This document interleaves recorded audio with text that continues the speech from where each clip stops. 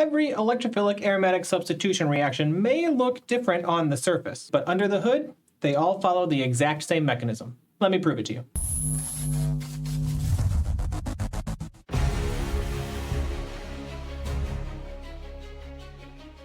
Hey there, ninjas. In this video, we're going to build out the big picture for electrophilic aromatic substitution, EAS reactions. This is not a memorization video. By the end, you should understand why benzene reacts the way it does, and why every EAS reaction follows the exact same logic. If you can hold on to that, the rest of this unit gets much calmer. Before we talk about the mechanism, we need to remind ourselves about aromaticity. This isn't a video on how to find out if a molecule is aromatic or not, but I do have that video linked down below. Aromaticity is ultimately a measure of stability, and therefore it's a measure of reactivity. If a molecule is aromatic, it is more stable and less reactive than we'd otherwise expect. If a molecule is anti-aromatic, it is less stable and much more reactive than we'd otherwise expect. And non-aromatic molecules pretty much react as we'd expect them to. Benzene is definitely in that first camp. It's aromatic, it's stable, and it's stubbornly unreactive. Let's recall one of the first reactions of alkenes you probably ever learned. The reaction of an alkene with Br2 works because the alkene is non-aromatic. It reacts exactly the way that we expect it would. Now, compare that same reaction with benzene. Benzene has pi electrons too, but it does not react with Br2 under these conditions. And that's not a weird exception or a trick question. Reacting like a typical alkene would destroy aromaticity of the benzene ring, and that would be energetically unacceptable. And that's why, for most of the course, benzene rings have just been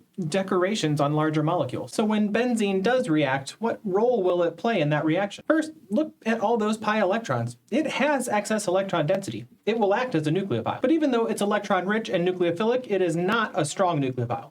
It's not even really a weak nucleophile. It is an extremely weak nucleophile. That's a direct result of the extra stability from being aromatic. And that single starting point explains everything else in the mechanism. If benzene is so weak of a nucleophile, that means we must be giving it a very reactive electrophile to work with. That means each of our EAS reactions is going to need some kind of super electrophile. So EAS reactions are unusual not because the mechanism is very complicated, but because it has to react under such harsh conditions. And each of our named EAS reactions is just a different way of making a super electrophile. So here's the good news. Every electrophilic aromatic substitution reaction follows the same generic mechanism. Once we have a super electrophile, the benzene ring can attack that as super electrophile. That forms an intermediate that's not aromatic anymore, but it is resonance stabilized. That makes the intermediate unstable. It was doing just fine being an aromatic molecule, and now we've gone and made it unstable by being non-aromatic. So the second step in every EAS reaction is to restore aromaticity to the ring. To do that, we're going to intercept the second half of an E1 reaction. We're going to use some kind of base to make a double bond and restore aromaticity. And let me go ahead at this point and warn you about the biggest common error alert that I see in this mechanism. To do the second half of an E1 reaction, we need to take a hydrogen from this molecule to restore aromaticity. And friends, here it is. The hydrogen is on the same carbon as the new super electrophile. Everybody forgets about this hydrogen. It started out implied, but it's extremely important for the second step. So you have to remember to draw this hydrogen in. Then the base removes the hydrogen from the same carbon that the electrophile added to,